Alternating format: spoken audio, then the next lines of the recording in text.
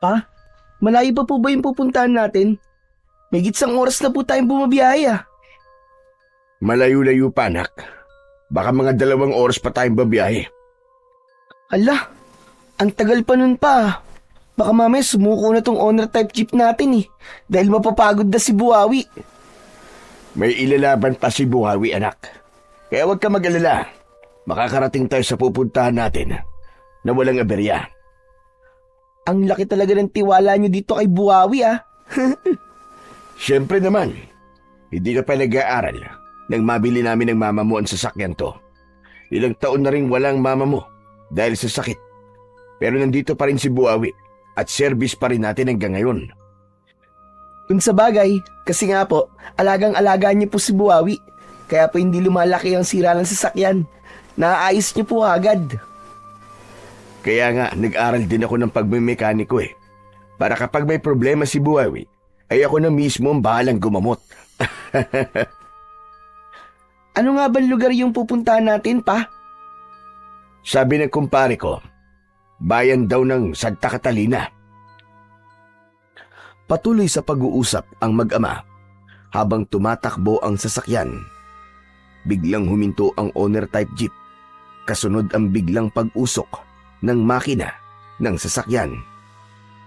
Naku po, naloko na.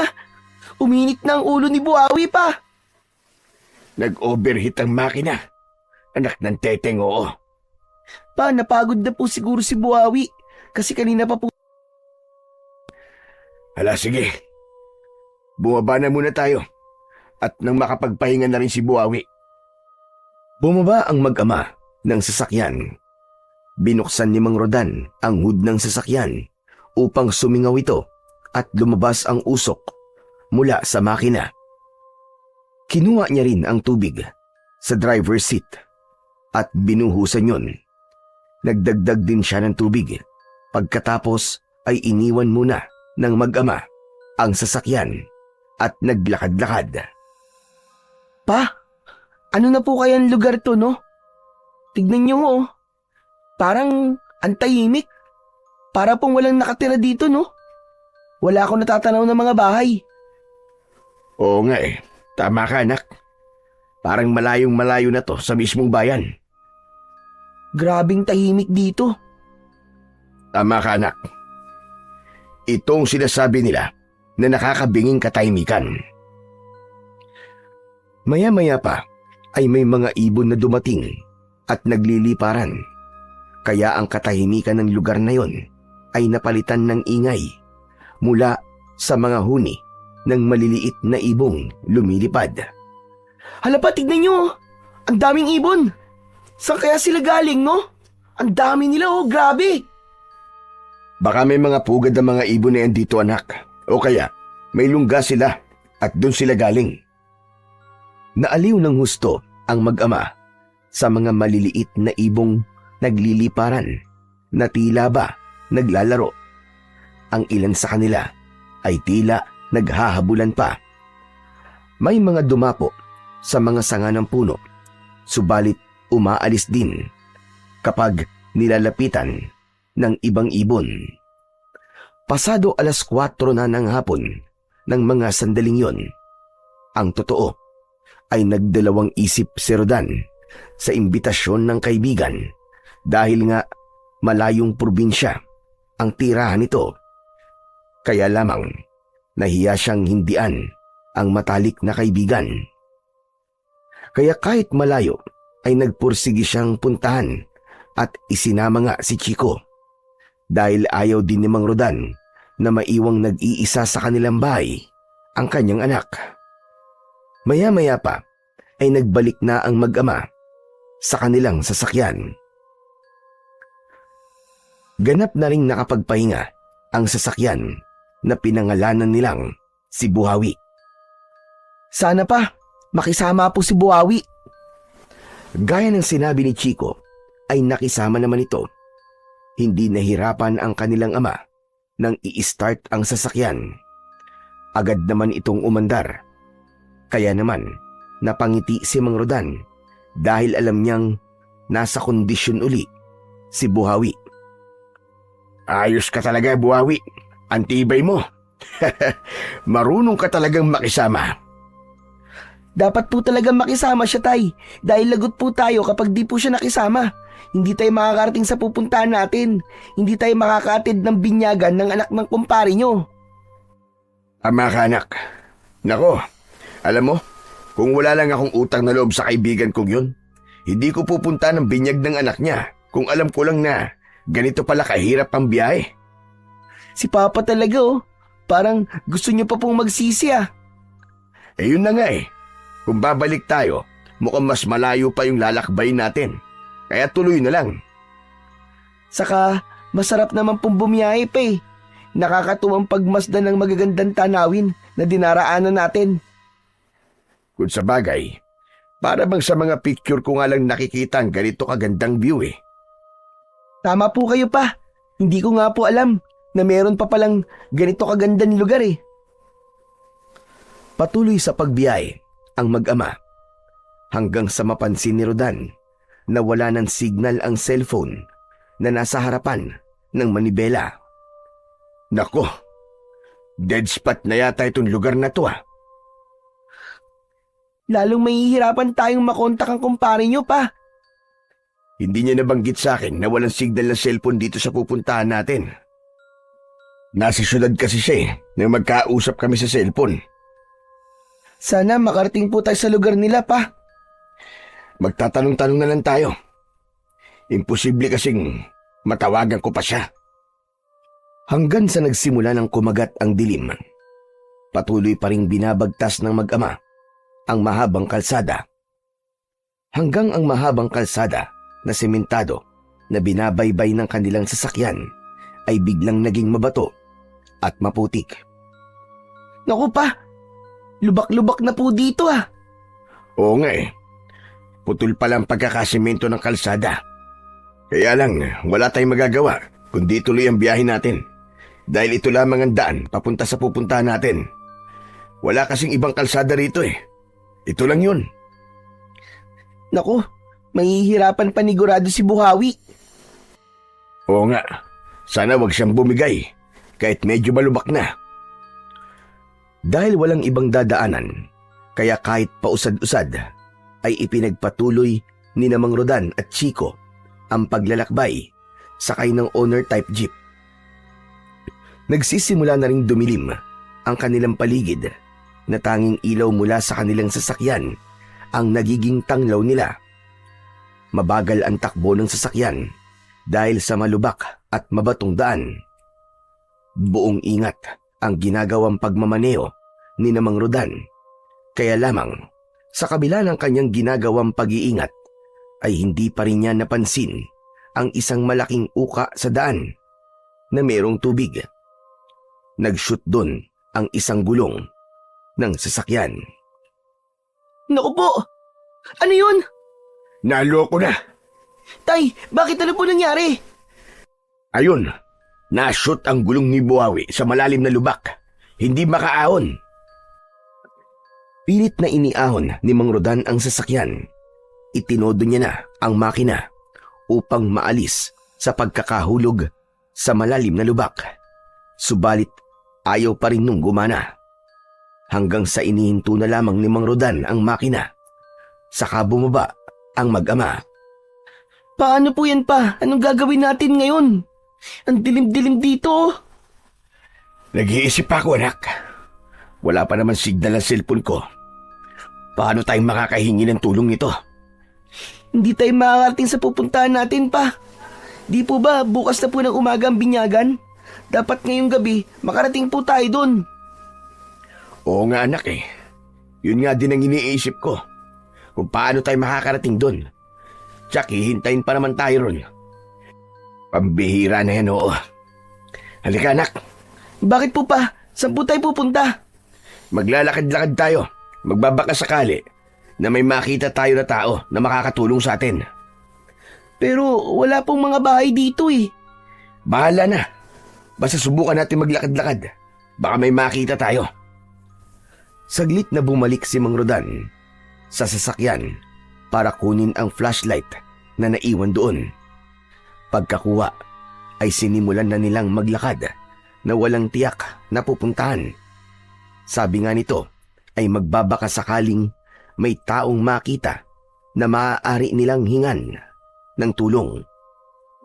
Habang naglalakad sila ay may nakita sila na tao sa may kalayuan na natatanglawan ng liwanag ng flashlight, kaya nagmadali sila upang puntahan yon. Subalit pagkadismaya ang naramdaman ng mag-ama nang makita na hindi pala tao ang kanilang nakita, kundi kapirasong tela na naiwan at nakasabit sa sanga, na sa malayo ay aakalain mo talagang tao na nakasandal sa isang puno. Anak ng, nawa mali po tayo dun pa. Oo nga anak ang bihira. Akala ko may maihinga na tayo ng tulong. Tela lang pala itong nandito sa puno. Pero pa, kung may tela po na naiwan dito, ibig sabihin po, may tao pong nagawi dito. Oo, tama ka anak. Kaya lang, nasaan kaya ang taong yun? Ipagpatuloy na lang po natin ang paglalakad pa. Baka sa banda ron, medyo malayo dito. Sana may bahay po tayong makita. Hindi ka pa ba napapagod, Chico? Hindi pa po. Saka ito po. Dinala ko po yung isang bag na mayroong biskwit at tubig. Kaya may maiinom po tayo. Ay, salamat. Buti na lang pala't naisipan mong bitbitin yan. Naisip ko po kasi papalayo po tayo doon kay Buhawi. Baka mauhaw at magutom po tayo. Kaya po dinala ko. Ipinagpatuloy ng mag-ama ang paglalakad hanggang sa namalayan na lamang nilang malayo na ang kanilang nararating. Hindi na abot ng liwanag ng flashlight ang kinaroroonan ng kanilang iniwang sasakyan. Malayo na tayo anak. Ituloy na po natin ang paglalakad natin pa. Mabuti pa nga. Tutal, wala ring katiyakan ang paglalakad nating ito. Kaya lamang, patuloy na silang napapalayo. Ligtas naman ang dinadaanan nilang lugar. Ang tanging maririnig ay ang huni ng mga kuliglig. Hanggang sa makaramdam na ng pagod ang mag-ama. Pansamantala silang naupo sa isang malaking puno na nasinagan ng hawak na flashlight ni Mang Rodan. Dito muna tayo pa. Oo anak, baka delikado na rin kung ipagpapatuloy pa natin ang paglalakad. Mamaya may makasalubong tayo mabangis na hayop. Gabi pa naman, wala tayong laban sa mga yon. Saan po tayo matutulog? Dito, sa ugat ng puno.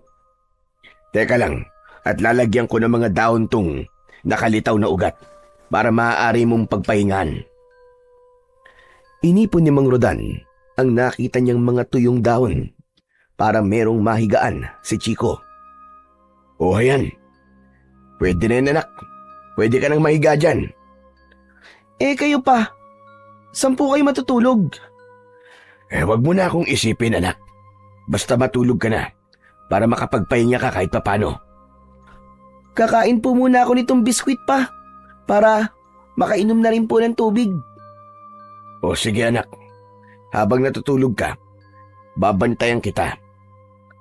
Nang makakain ng biskwit si Chico, ay nakaramdam na ng antok ang bata dahil rin yun sa pagod sa paglalakad. Maya-maya pa ay nakatulog na ito. Narinig pa ni Mang Rodan ang mahinang paghilik ng bata. Bagya siyang napangiti. Naisip niya na pagod ng kanyang anak kaya agad itong nakatulog. Habang lumalalim ang gabi ay nakakaramdam na rin ng antok si Mang Rodan. Subalit pilit niya yung pinaglalabanan dahil ang nais niya ay manatiling gising para bantayan ang anak. Kaya lamang pagod din siya kaya hindi niya na nakayanan pa ang nararamdamang antok. Maya-maya pa ay nabitiwan na niya ang hawak na flashlight at gumulong yun sa may damuhan. Nakatulog na rin ang lalaki dahil sa labis na pagod. Mabilis na lumipas ang magdamag. Nagsimula na ang pagbubukang liwayway. Naging ligtas naman ang dumaang gabi sa mag-ama.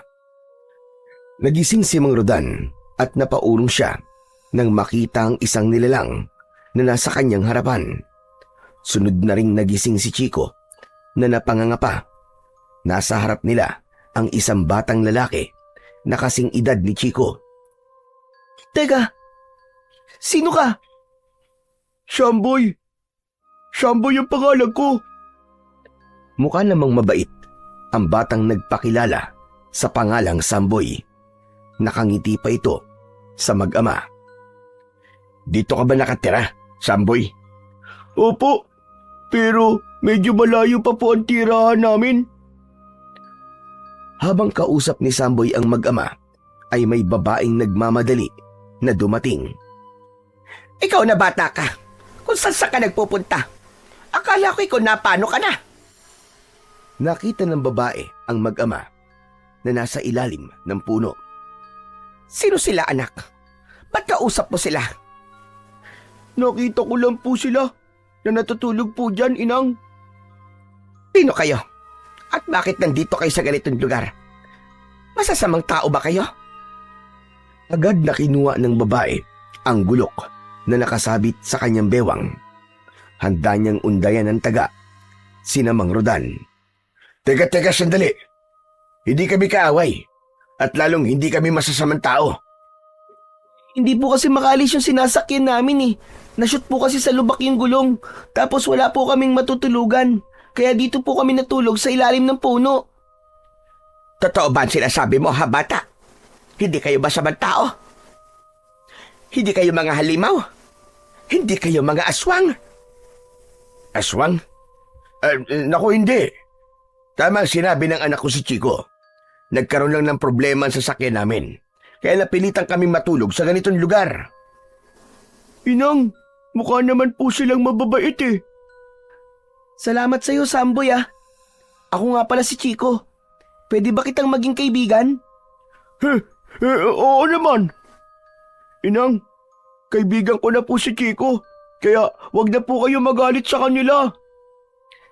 Ako nga pala si Rodan, tatay ni Chico.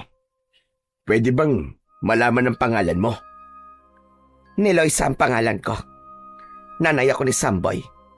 Sabi nyo, nagkaroon ng problema ang sinasakyan nyo. Paano kayo makakalis dito? Yun nga ang iniisip ko eh. Gusto ko sanang humingi ng tulong para maalis yung gulong ng sasakyan namin doon sa pagkakalubog sa hukay.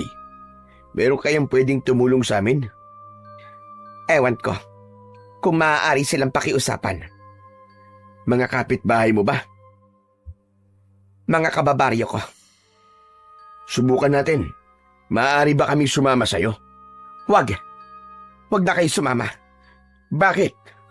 Gusto kong humingi ng tulong sa kanila para maalis ang gulong ng sasakyan namin at may pagpatuloy namin ng anak ko ang pagpunta sa destinasyon namin. Baka sakaling umabot pa kami. Inang, isama na po natin sila. Pero anak, kawawa naman po sila dito. Saka baka po nagugutom na rin sila. Bagamat nagdadalawang isip si Loisa, ay pumayag na rin siya sa pakiusap ng anak na si Samboy upang isama ang mag-ama sa kanilang tirahan. Dahil alam ni Loisa na gutom si Rodan at Chico, kaya ipinaghanda niya ang mag-ama ng pagkain. Nilagang hinog na saging na saba at kamote ang inihain ng babae. Pagpasensya nyo na itong nakayanan kong pagkain. Madalang kasi kami magsaing dito. Kadalasan na 3 beses sa isang linggo. Kaya ito lang ang maipapakain ko sa inyo. Maraming salamat ni Loisa. Kami nga ang nahihiya dahil nakaabala pa kami sa inyo. Papa, pwede na po ba akong kumain? Mukhang masarap po itong nilagang saging at kamote na ibinigay po ni Aling ni Loisa eh. O sige anak, kumain ka na. Samahan mo kaming kumain, Samboy. Hindi na, Chico. Kayo na lang ng papa mo. Saka busog pa naman ako eh. Marami na rin akong nakain kanina. O siya, sige. Maiwan ko muna kayo. Meron akong kailangan puntahan. Sige ni Loisa. At salamat nga pala sa pagkain ha. Walang anuman. Lumabas na ng bahay ang babae at tuloy-tuloy na umalis. Kaya naiwan sa bahay sina Rodan at ang dalawang bata. Nagsimula na rin kumain si Rodan dahil nakaramdam na rin siya ng gutom. Samboy, kayo na lang ba ng inang mo ang nakatira dito sa bahay na to? Oo, matagal na kasing patay ang itay ko. Ganun ba? Sa akin naman, mama ko naman ang patay na. Kaya pala dalawa lang kayo ng papa mo na bumiyahe eh. Oo, tama ka. Hindi nga namin alam kung makakapunta pa ba kami sa bahay ng kaibigan ni Papa eh. Kasi nga, yun nangyari sa sasakyan namin. Siya nga pala, Samboy. Saan ba pupunta ang inang mo? Umalis siya. Baka po may kakausapin tao. Di po ba sabi niyo kailangan niyo po ng tulong para maalis na po sa lubak yung sasakyan niyo? Oo nga pala. Para maipagpatuloy na namin ang pagbabiyahe. Sana, may makausap ang inang mo at pumayag na tulungan kami. Sana nga, kasi mahirap kausap ang mga tao rito sa baryo Takip Silim eh. Ha? Mahirap kausap? Anong ibig mong sabihin na mahirap kausap, Samboy? Hindi po kasi sila basta nahihinga ng tulong, lalo na po kapag may dayo na naliligaw dito sa baryo namin. Ayaw nilang tumulong? Opo, kaya nga madalas hindi kagad nakakaalis sa mga estrangherong napapadpad dito eh. Ibig mo ba sabihin, Samboy, mga suplado sila? Basta, sabi ni Inang, mahirap silang kausap, lalo na yung mga kalalakihan. Pero bakit kayo hindi naman? Tinulungan niyo pa nga kami ng papa ko. Iba kasi kami sa kanila. Pero dito kayo nakatira, di ba? Oo, matagal na kami rito. Dito rin ako ipinanganak.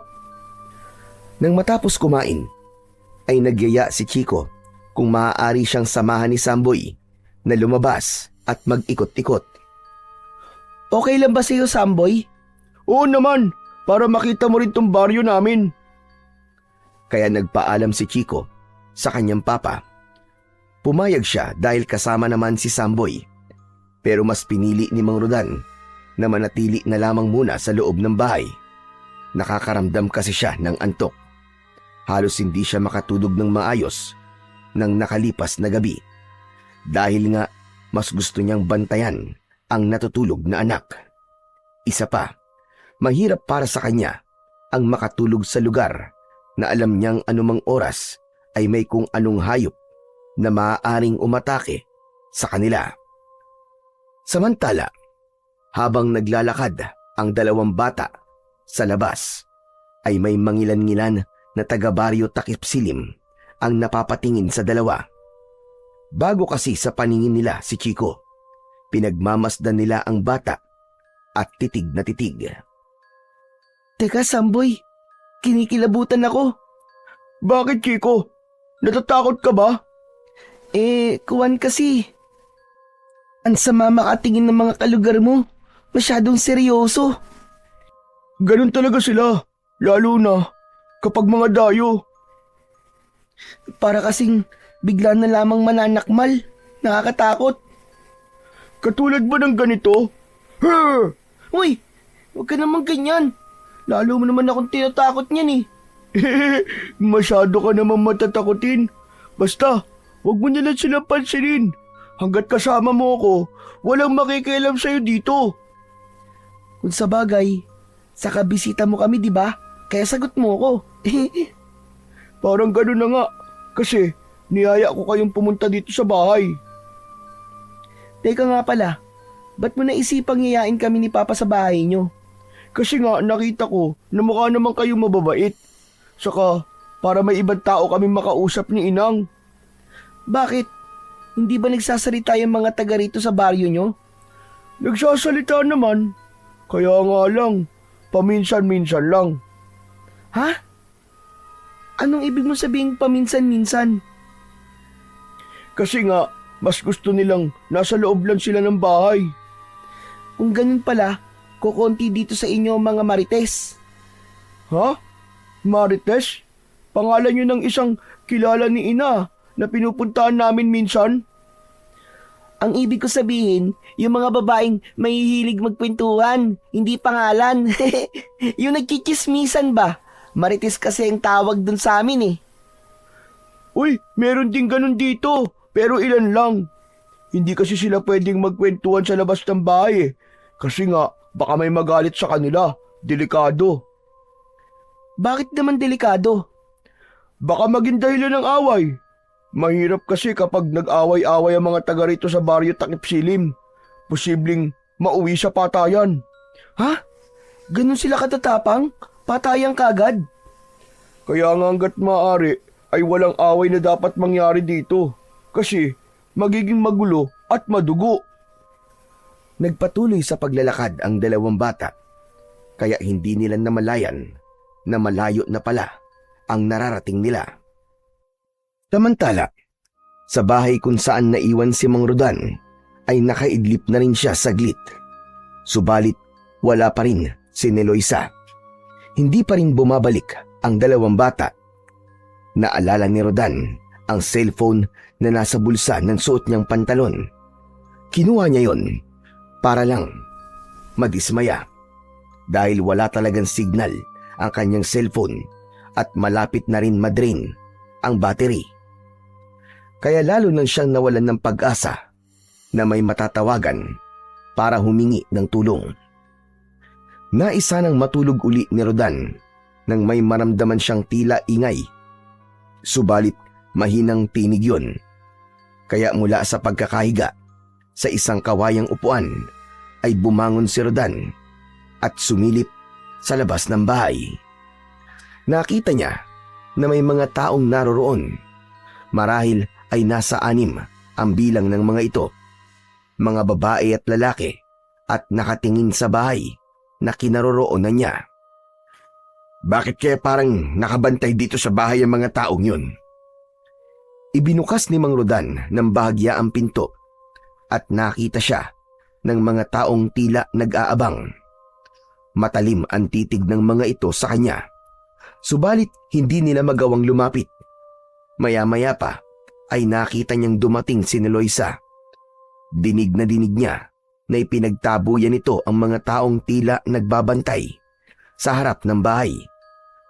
Agad na pumasok ng bahay si Neloisa at isinara yun. Pasensya ka na sa mga yon ha? May kailangan ba sila? Wala. Nag-uusyoso lang ang mga yon. Kanino? Sa akin ba? Oo. Ngayon lang sila ulit nakakita ng estrangherong napadpad dito. Pero katulad nyo rin akong tao, di ba? Huwag mo na lang silang pansinin. Pabayaan mo na. Siya nga pala ni Loisa. Tungkol sa nasabi ko sa'yo, para makaalis na kami rito. Pasensya ka na. Ayaw nila. Walang gustong tumulong sa amin, ganun ba? Oo. Hindi ko sila mapilit. Tama nga pala sinabi ni Samboy. Mahirap kausap ang mga taga rito sa inyo. Asan nga pala ang dalawang bata? Hindi ko nakikita. Lumabas sila. Sinamahan ni Samboy si Chico para maglakad-lakad. Ano ka mo? Hindi nila dapat ginawa yon. Bakit naman? Basta. Teka, aalis muna ako. Saan ka pupunta?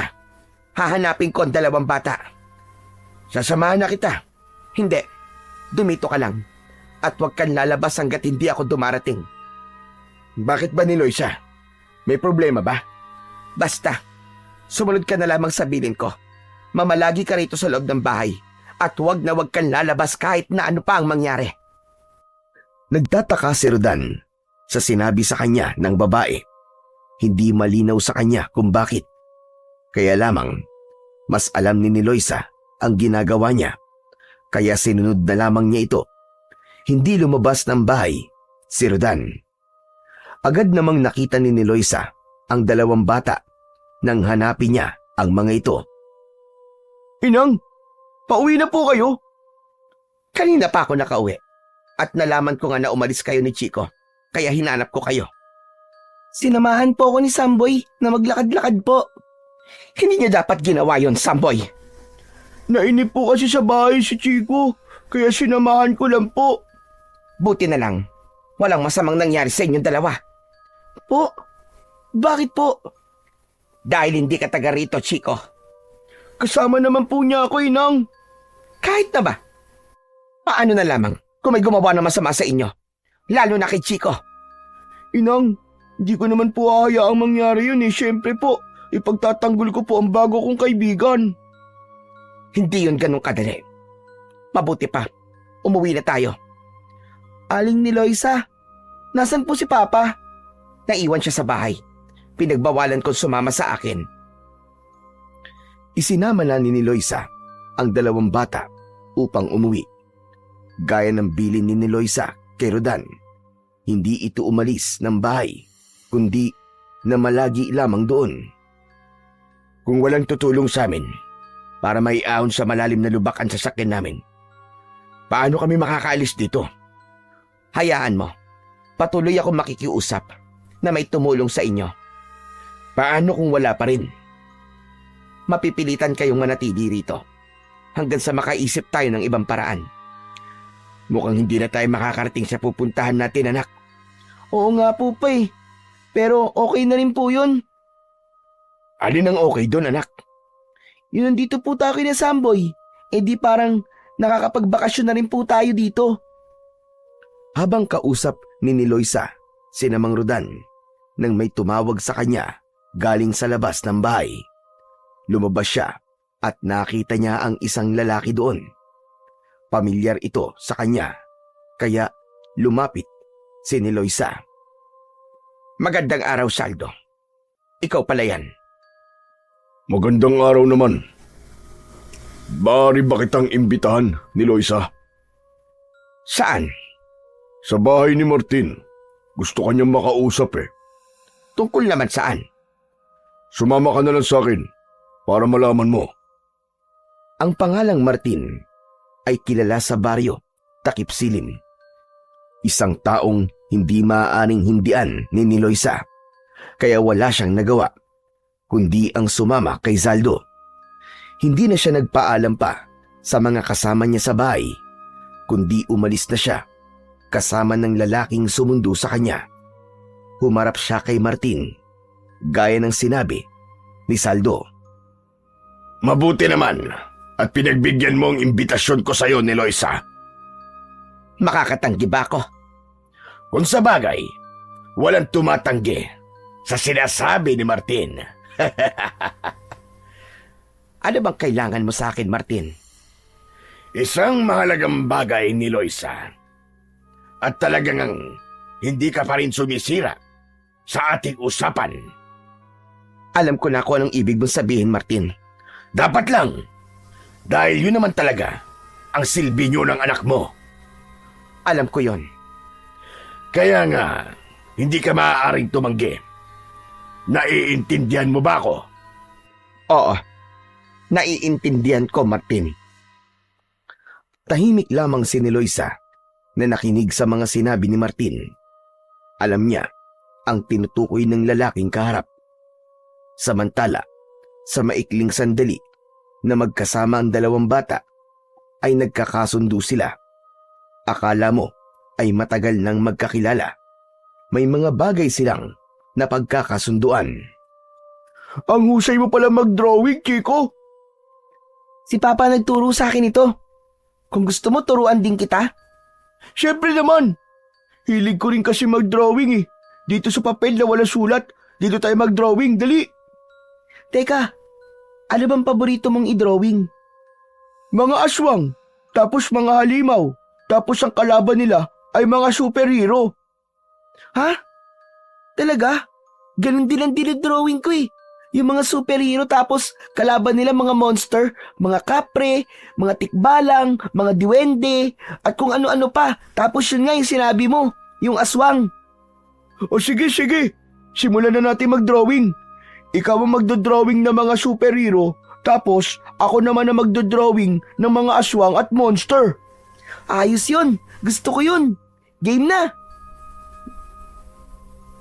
Nang makauwi na ng bahay, ay dinatnan ni Loisa na abala ang dalawang bata sa kanilang ginagawa. Napansin naman ni Mang Rodan ang kalungkutan ng babae. Kaya nang maupo ito sa upuan na malapit sa mesa na nasa kusina ay sinundan siya nito at kinausap dahil alam niyang may bumabagabag kay ni Loisa. Hindi siya nakikialam ako ni Loisa, pero napansin ko ang kalungkutan mo nang dumating ka. Wala ito. May iniisip lang ako, Rodan. Kung okay lang sa'yo, maaari mo sabihin sa akin. Baka makatulong ako. Hindi na. Sa akin na lang. Dahil ba sa amin ang anak ko? Pasensya ka na ni Loisa. Kaya lang hindi pa kami makakaalis hanggat walang tumutulong sa amin para maalis ang sasakyan na nasa malalim na lubak. Kung makukumbinsi mo sana ang ilang mga taga rito sa inyo para tulungan ako, baka makaalis na kami rito ni Chico. Yun na nga ang ikinakabahala ko. Bakit? Ayaw nilang umalis kayo rito. Ano ka mo? Pero kung ako ang tatanungin, gusto ko nang umalis na kayo. At wag nang abutin pa ng kung ilang araw. Itinataboy mo na kami. Hindi yun pagtataboy, Rodan. Pero ang gusto mo'y umalis na kami rito, di ba? Oo. Para yun sa kaligtasan nyo. Teka.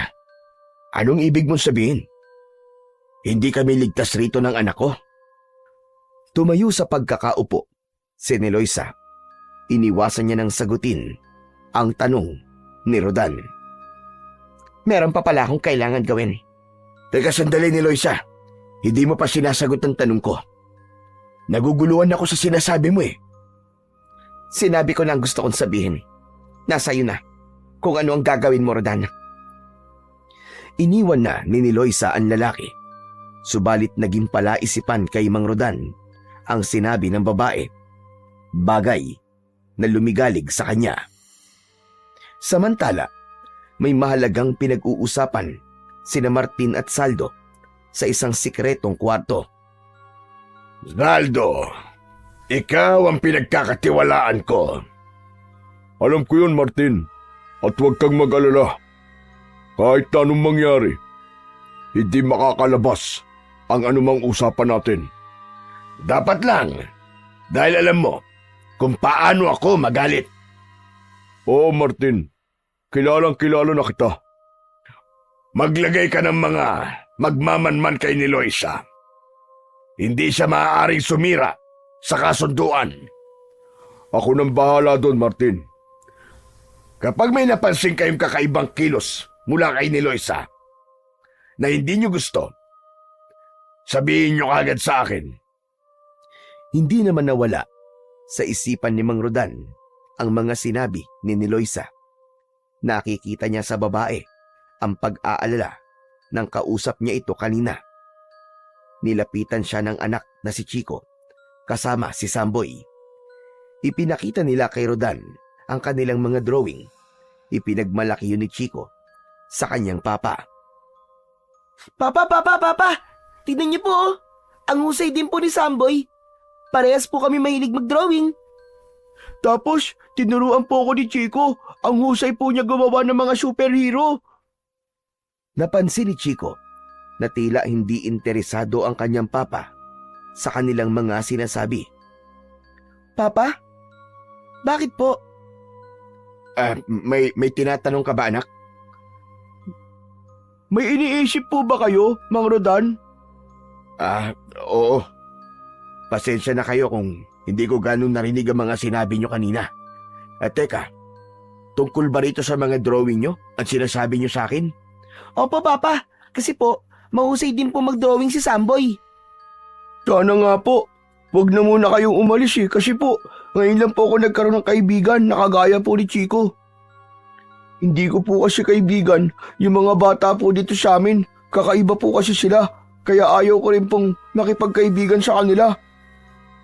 Anong kakaiba ang ibig mong sabihin, Samboy? Hindi po sila mahilig makipagkaibigan. Hindi po sila katulad ni Chico. Kahit ngayon ko lang po siya nakilala, parang matagal na po kami magkaibigan. Papa, pwede po bang magtagal po tayo rito ng ilang araw? Hindi ko rin masasabi kung ilang araw ba tayong mananatili dito, anak. Dahil hanggat walang tumutulong sa atin, hindi tayo makakalis dito sa baryo Takip Silim. Tila hindi gaanong apektado si Chico sa sinabi ng kanyang ama dahil ang totoo ay nawiwili siya dahil meron siyang nakakalaro na bago niyang kaibigan. Sapagkat sa kanilang tirahan ay halos wala rin siyang kalaro. Unang gabi ni Rodan at Chico sa bahay ni Loisa. Lubha na siya nag-aalala at nababahala. Pasensya na kayo ni Loisa. Baka sobra na kaming nakakaabala sa inyo. Wala namang problema sa akin na nandito kayo. Pero yung sasabihin ng mga kapitbahay mo, baka mag-isip sila ng hindi maganda tungkol sa'yo. Wala akong pakialam sa kanila. Hindi ka ba okay sa kanila ni Loisa? Hindi sa ganon. Kaya lamang, iba kasi ang interest nila. Saka hindi sila mahilig gumawa ng chismis. Dahil ibang bagay ang kanilang binibigyan ng halaga. Pero habang nandito kami ng anak ko, huwag kang mag-alala. Kami na muna ang bahala sa inyo. Pwede nyo kaming maging bantay. Bantay? Oo, para walang masamang mangyari sa inyo. Kung may manloob dito sa bahay mo, ako ang haharap sa kanila. Sabi ko naman sa iyo, Rodan, ligtas kami ng anak ko. Walang makikialam sa amin. Pero dalawa lang kayo rito. Ang totoo niyan, kayong dalawa ang dapat mag-ingat. Lagi mong sinasabi yan, pero ayaw mo namang ipaliwanag sa akin. Dahil hindi pwede. Bakit naman? Nag-iingat lang ako. Tungkol sa sinabi mo na mas mabuti kung aalis na lang kami. Para saan ba yun? Hindi ko na kailangan ipaliwanag. Dahil kayo mismo ang siyang makakadiskubre nun. Napailing na lamang si Rodan. Hindi pa rin niya mapilit si Loisa na sabihin sa kanya ang hiwagan laging sinasabi nito. Kaya lalo lang siyang pinag-iisip kung ano nga ba ang tungkol doon. Madilim na ang paligid. Maaari na kayo magpahinga. Pero maaga pa. Maagang nagpapahinga ang mga taga rito. Kaya nga, maaga rin kumakain. Basta pagdating ng dilim, karamihan sa mga taga rito ay nasa loob na ng kani-kanilang mga bahay. Maaga ring nakatulog si Mang Rodan at Chico. Natulog sila sa ibaba ng bahay habang ang mag-inang ni Loisa at Samboy ay nasa itaas. Malalim na ang gabi nang may marinig na kakaibang tunog si Mang Rodan. Ilang ulit na tunog na tila huni mula sa isang uri ng tambuli na sinundan pa ng dagundong mula sa isang kakaibang uri ng tambol. Anong ingay yun? Parang pagsisimula ng isang seremonya. Pinakinggang mabuti ng lalaki ang narinig na dagundong na paulit-ulit. Nasundan yon ng tila matitinis na sigawan ng mga tao. Ano kaya yon? Kailangan makita ko at malaman kung ano at saan galing yon. Tumayo si Mang Rodan at nagtungo sa pintuan para lumabas ng bahay. Kaya lamang nakasara yon at mahigpit ang pagkakasara. Ginamitan pa yun ng kadena at kandado para lang matiyak na hindi basta mabubuksan ang pinto ng bahay. Iisa lang ang ibig sabihin ng kandadong ikinabit dito ni Loisa. Ayaw niyang magpalabas ng bahay. Pero paano ko malalaman yung naririnig ko? Walang nagawa si Mang Rodan para buksan ang pinto dahil sa mahigpit na pagkakakandado. Kaya naman, bumalik na lang siya sa kanilang higaan ni Chico. Gusto sana niyang gisingin si Loisa para magtanong, pero umiral sa kanya ang hiya. Nakikituloy na nga lang sila, mang-iistorbo pa siya. Yun ang pumasok sa isipan niya. Kaya nagpasya na lamang siya na bukas paggising na lamang nila, sa kanya aalamin kay Loisa ang tungkol sa kanyang narinig. Subalit nang mahiga na ulit si Mang Rodan, ay iba pang ingay ang kanyang narinig. May mga yabag at pagaspas ng kung anong uri ng hayop ang tila nasa labas ng bahay. Ano kaya yun? Humanap ng mga siwang ang lalaki upang makita kung ano ang nangyayari sa labas ng bahay. Subalit nang may makita siyang siwang ay wala naman siyang maaninag sa labas. Madilim doon at tila naging maramot ang buwan para magbigay ng kahit konting liwanag. Ang ingay na naririnig ni Rodan ay ramdam niyang tila hindi umaalis at paikot-ikot lamang sa bahay. Nagkasya na lamang siya para pakinggan ang ingay. Wala siyang ideya kung anong meron sa labas hanggang sa mag-uumaganay naririnig pa rin niya. Inabot na siya ng antok at nakatulog. Nagising siya kinabukasan dahil sa kalabit ng kanyang anak. Papa! Papa, gising na! Bakit anak? May kailangan ka ba? Nagugutom po ako, Papa. Pero si Niloisa lang ang nakakaalam ng pagkain dito. Biglang nagsalita si Niloisa. Nagising na rin pala. Nakapagluto na ako ng nilagang kamote at mais. Yun lang ang ating magiging almusal. Walang problema doon, Niloisa. Kinakain naman ni Chico kahit ano. Hindi siya mapili sa pagkain. Kanina ka pa pala gising. Oo, maaga ako nagigising. Chico, nasa mesa na sa kusina ang pagkain. Pwede ka nang kumain doon. Maya-maya lang, gigising na rin si Samboy. Pa, kain na po tayo. Sige na, mauna ka na anak. Nagtungo na sa kusina si Chico.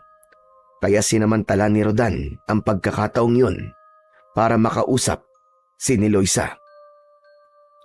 May itatanong lang sana ako sa'yo, Niloisa.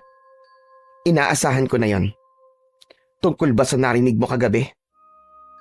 Oo, kaya lamang gusto ko sanang alamin. Pero hindi ako makalabas ng bahay. Dahil sinadya kong kandaduhan yon. Alam ko kasi, nasusubukan mong lumabas kapag may narinig ka. Ano ba yun, Niloisa? Bakit ganun yung mga narinig ko? Saka parang merong mga hayop ako naririnig na paikot-ikot dito sa bahay mo. Nakita mo ba sila? Hindi. Sinubukan ko sumilip. Pero wala naman ako nakita sa labas ng bahay dahil sobrang dilim. Ang mga narinig mo ay bahagi ng mga sinasabi ko. Kaya ang gusto ko sana ay wala na kayo rito. Pero hindi nga maaari. Dahil hindi kayo makakaalis pa. Pero ano ba mga yun? Nagsisimula na ang matinding dilim. At pagkalipas ng ilang araw na dilim, ay liwanag na. Pagsikat ng bilog na buwan. Anong ibig mo sabihin, Niloisa? Naghahanda na sila para sa isang malaking okasyon. Okasyon? Anong okasyon? Sa pagpapalakas ng kanilang kapangyarihang itim. Teka, hindi kita maintindihan, Niloisa. Ano ba sinasabi mo? Diretsahin mo na nga ako. Bakit, Rodan? Wala ka pa bang nararamdamang kakaiba sa lugar na ito? Wala kang nakikitang hindi pangkaraniwan? Ang totoo marami. Pero hindi ko kayang ipaliwanag kung ano ba talaga ang mga nakikita ko. Andito kayo sa lugar na isinumpa. Ang Baryo Takip Silim. Baryong isinumpa? Oo. At ang sino mang estranghero na makakarating sa lugar na ito ay wala ng pag-asa pang makaalis ng buhay. Ano? Kinilabutan si Rodan sa sinabi ni Niloisa. Napaurong siya habang kausap ang babae. Teka, sandali lang. Tinatakot mo ba ako? Hindi kita tinatakot. Walang dahilan para takutin kita. Kundi ang gusto ko lang ay ipaalam sa iyo ang katotohanan tungkol sa lugar na kinaroroonan nyo ngayon.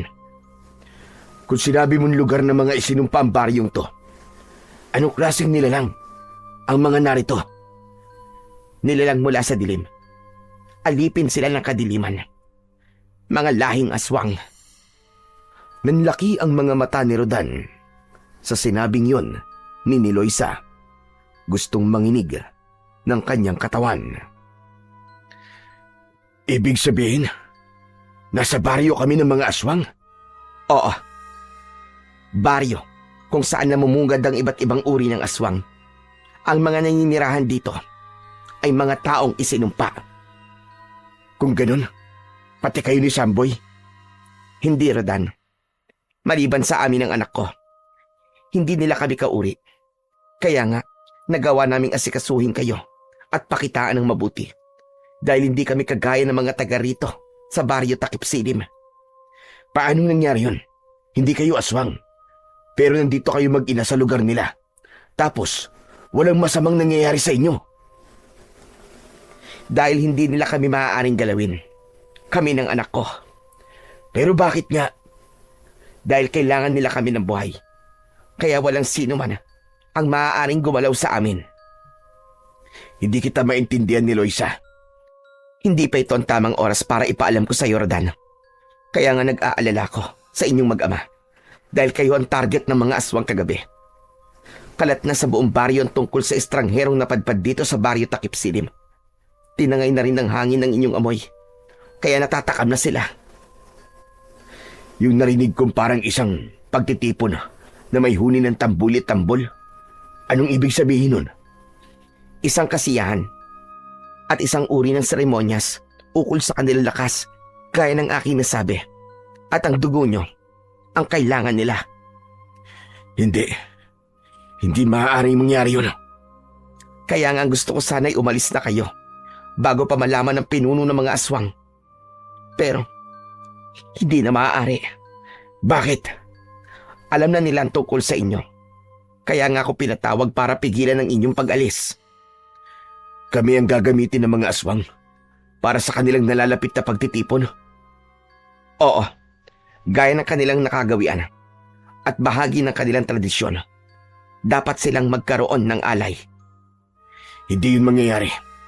Hindi ko papayagang mamatay kami sa lugar na ito. Gusto ko kayong tulungan. Pero kapag ginawa ko yun, kami naman ang mapapahamak ng anak ko. Alam ko ang laman ng puso mo ni Loisa. Pinagmamalasakitan mo kami at hindi rin ako papayag na mapahamak kayo ni Samboy.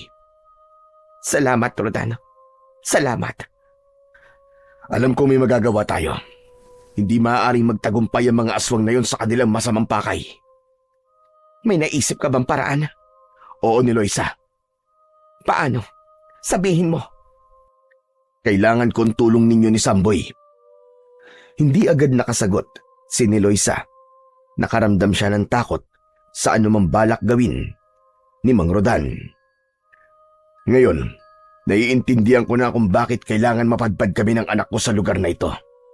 Dahil sa isang mahalagang bagay, sa isang misyon na siguro'y nakatadhana talaga para sa akin. Hindi ko alam kung makakaya kong tulungan ka, Rodan.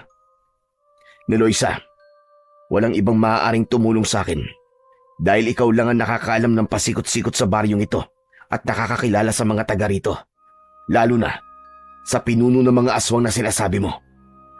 Ano nga ba ang pangalan niya? Martin, isang malaking tao na bundat ang tiyan dahil na rin sa kanyang katakawan.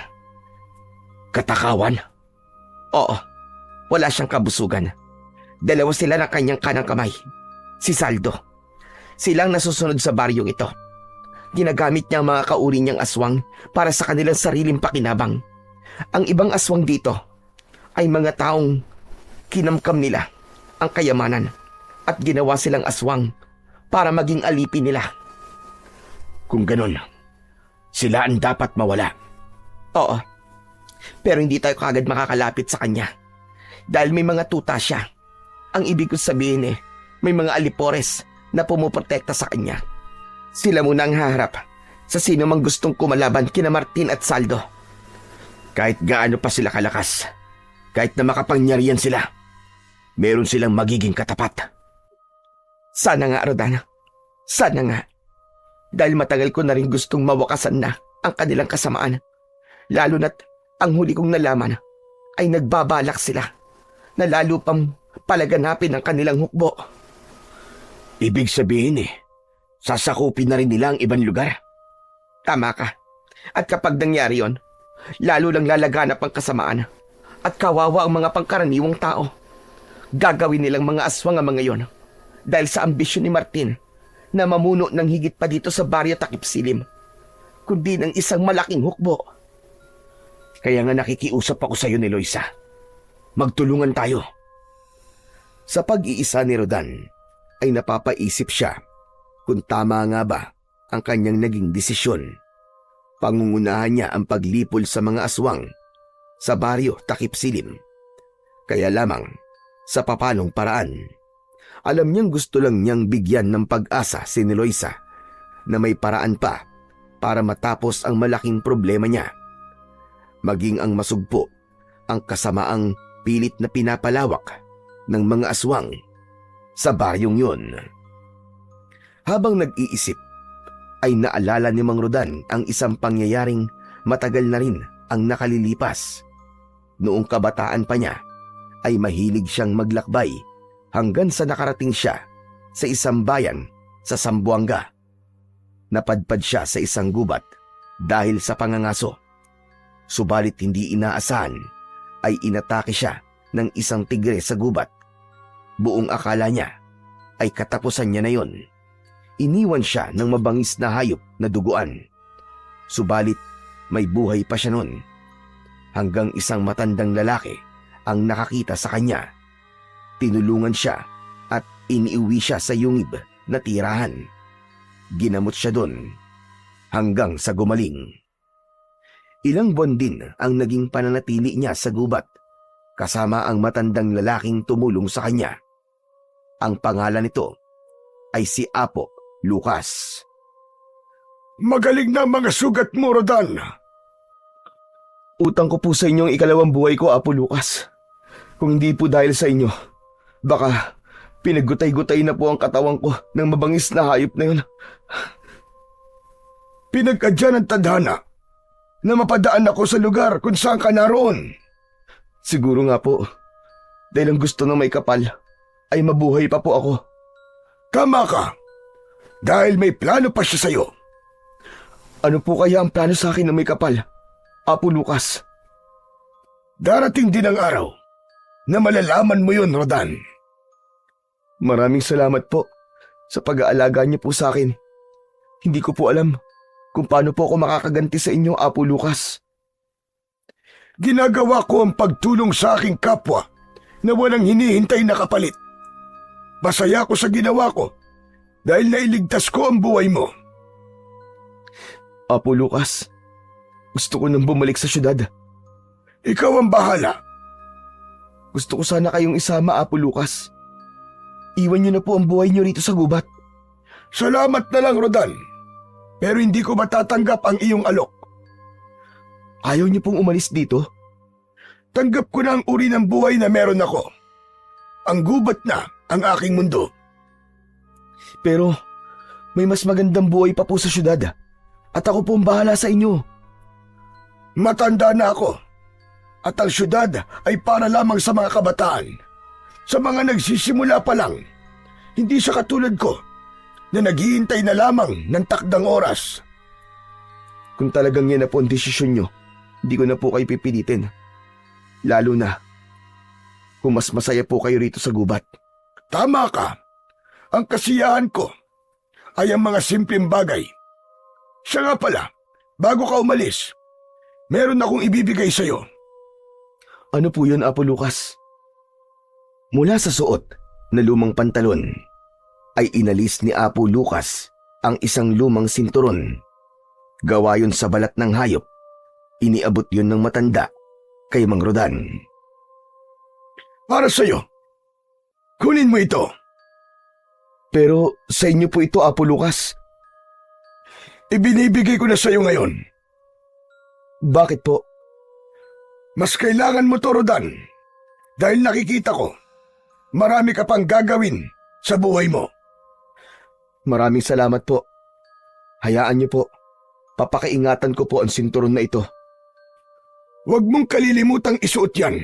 Lalo na kung tutungo ka sa malalayong lugar. Bakit po? Kailangan mo yan. Dahil hindi yan isang pangkaraniwang sinturon. Ho? Hindi pangkaraniwan? Teka, ano pong ibig niyong sabihin, Apo Lucas? Magagamit mo yan sa takdang panahon. Ang sinturong yan ang magsasabi kung kailangan mo na siyang gamitin. Teka, hindi ko po kayo maintindihan eh. Malalaman mo rin, kaya wag mong hayaang mawala yan sa'yo. Doon natapos ang pagdaloy ng alaala ni Mang Rodan. Bigla siyang napahawak sa kanyang bewang. Buti na lang at naalala niyang isuot ang sinturon bago sila bumiyahe. Hindi pa rin niya nalilimutan ang mahigpit na bilin sa kanya ni Apo Lucas. Inalis niya sa kanyang bewang ang sinturon at pinagmasdan niyong maigi. Pero wala naman siyang nakitang kakaiba. Isang lumang sinturon lang yun. Habang pinagmamasdan yun ni Rodan, ay siya namang paglapit ng anak ni Chico na may pagtataka. Papa, bakit po? Ano po nangyari? Bakit tinubad niyo po ang sinturon niyo? Wala anak, Saan niyo po gagamitin yan? naisipan ko lang na tignan. Dahil may naalala ko. Papa, siya nga pala, may sasabihin po ako sa inyo. Kanina kasi, magkasama kami ni Samboy. Lumabas kami dyan, malapit lang. Tapos, habang naglalakad-lakad kami, masama ang tingin ng mga taong nakakita sa amin. Kaya natakot kami. May ginawa ba sila sa inyo? Wala naman po, kaya lang, sinundan kami. Kahit saan po kami pumunta. Itinataboy nga po ni Samboy pero ayaw pa rin umalis. Sunod po ng sunod sa amin. Anong ginawa nyo? Eh di tumakbo na lang po kami ni Samboy hanggang sa makauwi po rito. Anak ng... Mukhang tama nga si ni Loisa. Tama si Aling ni Loisa? Saan po? Sa ugali ng mga tao rito. Parang nagiging nakakatakot na nga po ang mga taga rito sa baryo ni Samboy eh. Ang sasama po nila kung tumingin. Kaya nga sa susunod, wag na muna kayong lalabas. Delikado kasi. Papa, totoo kaya yung sinabi ni Samboy sa akin? Aswang daw yung mga taga rito. Sinabi niya yun sa'yo? Opo, Papa. Kaya nga kinilabutan po ko eh. Kaya lang, bakit hindi naman sila napapahamak ni Aling ni Loisa? Anak, makinig ka. Tama si Samboy. Ha? Na mga aswang po ang taga rito sa baryo? Oo. Yun din ang sinabi sa akin ng nanay niya. Kaya nga, ang kailangan natin ay mag-ingat. Pero pa, kung aswang po sila, ba't di pa po tayo umalis dito? Hindi na tayo basta makakaalis, anak. Samantala, minsan pa ay may pinag-usapan sina Martin at Saldo. Naroon noon si Aling ni Loisa sa lugar ng pinuno ng mga aswang. Dahil may pagkakataon na ginagawang utusan din nila ang babae, narinig niya ang pinag-uusapan ng mga ito. Naiutos mo na ba ang sinabi ko, Saldo? Oo, Martin. At nagawa na nila. Magaling. Kaya wala nang dahilan para makaalis pa sila. Oo, mananatili na sila rito hanggang sa matapos ang ilang gabi ng kadiliman. Sa pagdating ng liwanag ng buwan, hindi na tayo mahihirapan pa dahil nakahanda na. Tama ka. Kaya 2 gabi ng kadiliman na lang ang ating hinihintay. Nang makauwi si ni Loisa, ay agad na ibinalita nito kay Mang Rodan ang kanyang nalaman. Ano ba sinasabi mo ni Loisa? Tuluyan na nilang sinara ang pag-asa niyo makaalis pa rito. Teka, anong ibig mo sabihin? Ang sasakyan niyo na nalubog sa malalim na lubak, wala na. Ano ka mo? Wala na? Oo, ipinasunog na ni Martin. Tiniyak niyang hindi na kayo makakaalis pa rito. Sigurado ka ba? Oo, sabi ko naman sa'yo. Gagawin ni Martin ang lahat para sa kanyang ibig mangyari. Wala na pala akong magagawa pa. Konting sandali na lang, Rodan. 2 gabi na lang ng kadiliman ang siyang nalalabi. Huwag kang mag-alala. May naisip na ako. Handa na rin ako, Rodan. Sigurado ka? Oo, dahil walang ibang tutulong sa'yo kundi kami ni Samboy. Ikalawang gabi, ninarudan sa baryo Takip Silim. Gaya ng dati, muling nakakandado ang bahay ni Eloisa. Tiniyak ng babae na hindi makakalabas si Rodan at hindi makakapasok ang anumang nilalang mula sa labas. Malalim na ang gabi nang muling marinig ni Rodan ang kakaibang ingay. Kaya napabangon siya at agad na inalis ang sinturon na nasa kanyang bewang. Pagkaalis niya sa sinturon, ay gano'n na lang ang gulat niya nang ang sinturon ay nagliwanag at naging matigas na parang isang espada. Totoo ba itong nakikita ko? Parang espadang sinturon na ibinigay sa akin ni Apo Lucas. Hinawakan yon ni Mang Rodan at tila may puwersang humihila sa kanya upang lumabas siya ng bahay. Malakas ang puwersang yon, kaya lamang ay nakasara ang pintuan. Hahatawin sana ni Rodan ang kandado ng pintuan gamit ang mahiwagang sinturon nang marinig niya ang boses ni Eloisa. Wag, Rodan! Wag mong gawin yan! Napalingon si Rodan. Nagising si Eloisa dahil marahil sa ingay ng mga aswang na nasa labas ng bahay. Pero Eloisa, natitiyak kong mga aswang ang mga nagkakandaingay sa labas ng bahay niyo. Oo, tama ka. Nagpipilit silang pumasok dito sa bahay dahil naaamoy nila kayo ni Chico. Bakit mo ko pinipigilan? Dahil maling harapin mo ang mga aswang. Pero hindi mo ba nakikita tong hawak ko? Hindi ito pangkaraniwang sinturon. May taglay itong kapangyarihan. Bigay ng isang kaibigan. Ngayon ko lang naintindihan ang mga sinabi niya sa akin na tungkol dito. Kapag dasaktan mo ang mga aswang na nasa labas, makakarating kay Martin ang tungkol doon at maaaring masira ang naisip kong plano. May naisip kang plano? Oo, Rodan.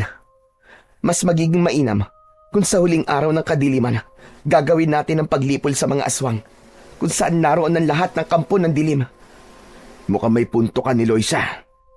Kaya nga, maling harapin mo ngayon ang mga aswang na nasa labas dahil iilan lang sila. Ang kailangan natin ay malipol silang lahat. Nakuha ni Rodan ang ibig mangyari ni Eloisa, kaya maghihintay sila ng sinasabing huling gabi ng kadiliman.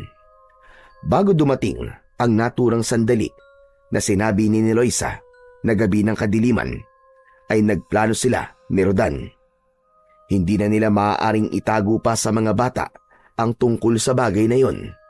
Sila man ay makakatulong para magtagumpay ang kanilang misyon. Inisa-isa ni Eloisa ang naisip niyang dapat gawin. Nagbigay na rin ng kanyang suwestyon si Mang Rodan para sa kanilang plano. Hindi nagpahuli ang dalawang bata dahil may kanya-kanya rin silang sinabi na posibleng makatulong. Ilang oras din ang kanilang naging pag-uusap para maging maayos at hindi yon pumalpak. Dahil kapag nasira ang kanilang plano, ay pare-pareho silang mapapahamak. O ano, malinaw na ba sa inyong lahat? Oo, Rodan. Alam ko na ang gagawin natin. Chico, Samboy, kailangan huwag kayo maghiwalay. Dahil ikaw, Samboy, ang poprotekta kay Chico. Opo, Man Rodan. Ayos. Basta lagi tayo magkasama ha, Samboy. Oo naman. Partner tayo, di ba? Apir! Nagkatawanan pa ang dalawang bata. Para sa kanila'y tila isang paglalaro lamang ang kanilang gagawin. Kaya pinaalalahanan nito ni Eloisa. Samboy, anak. Isipin mo lagi na hindi ito paglalaro lamang. Kaya dapat seryosohin nyo ang mga gagawin nyo. Nagkakaintindihan ba tayo, anak? Alam ko po yun, Inang. Medyo pinapagaan lang po namin ang sitwasyon para hindi kami mataranta ni Chico. Oo nga po, Aling Eloisa. Pero seryoso po kami ni Samboy. Gagawin namin ng tama ang napag-usapan natin. Mabuti naman kung ganon. Ngayong malinaw na sa atin ang lahat, maghihintay na lang tayo ng tamang oras bukas na ang huling gabi ng kadiliman. At pagkatapos nun, ay liliwanag na ang bilog na buwan. At yun na ang hinihintay na sandali ng mga aswang. Pero bago pa dumating ang pagsikat ng buwan, kailangan kumilos na tayo. Makakatulong ang kadiliman para magawa natin ang ating plano. Bahagi ng gagawing paghahanda ni Eloisa ay isinalang niya sa apoy ang isang kawali. Nilagyan yun ng isang boteng langis mula sa nyog. Iinitin niya yon at hahaluan ng mga halaman na kinatatakutan ng mga aswang. Kapag napaghalo niya na yon at napalamig na, ay ipapahid nila yon sa kanilang buong katawan. Sige na, simulan niyo nang ipahid sa inyong katawan ang niluto kong langis. Inang, madulas po ito. Oo nga po, Aling Niloisa. Para po kami maliligo nito sa langis ng nyog. Ano bang gusto niyo? Ang magtagumpay tayo o maging biktima kayo ng mga aswang? Sige, sabihin niyo. Siyempre po, ang magtagumpay po tayo, Inang. Huwag na nga tayong magreklamo, Samboy. Kung para sa kaligtasan natin tong pagpapahid ng langis ng nyog sa katawan natin. Sige na, gawin nyo na. At kami naman pagkatapos nyo. Kailangan makapaghanda na tayo. Sayang ang oras. Kumilos na ang dalawang bata. Nang matapos silang magpahid ng langis sa buong katawan, ay sumunod na sina ni Eloisa. Subalit nang magpapahid na si Rodan, ay pinigilan siya ng babae. Teka Rodan, hindi ka kasama. Pero sabi mo, kapag ipinahid ko sa aking katawan ang langis na to, ay hindi tayo maaamoy ng mga aswang. Ganun na nga. Pero sabi ko nga sa iyo, sa naging pag-uusap natin, ay kailangan ka nila. Kukunin ka rito ng mga tauhan ni Martin. Yun ang kanilang plano. Kapag nagpahid ka ng langis, malalaman nila yon at magdududa sila. Iiwan kitang nag-iisa dito sa bahay para kunin ka ng mga alagad ni Martin. Sige, sige. Naiintindihan kita. Doblehin mo ang iyong pag-iingat, Rodan. Huwag ka mag-alala. Andito ang makapangyarihang sinturon. Hindi niya ako pababayaan. Iwasan mo munang gamitin yan. Sabi nga, ang kailangan nating mabingwit at malipol ay hindi lang ang maliliit na isda, gaya ng mga sapsap at butete. Higit ay yung mas malalaki pa, yung dambuhala. Yun ang dapat nating hulihin. Oo, alam ko ni Eloisa. Naiintindihan ko. Kaya aalis na kami at may iiwan ka rito. Dahil yun din ang naging utos nila sa akin. Iniwan na ni Eloisa si Rodan at isinama ang dalawang bata. Nagtataka ang mga ito, subalit ipinaliwanag ng babae ang dahilan. Habang naglalakad sila, ay labis ang pag-aalala ni Chico para sa kanyang papa.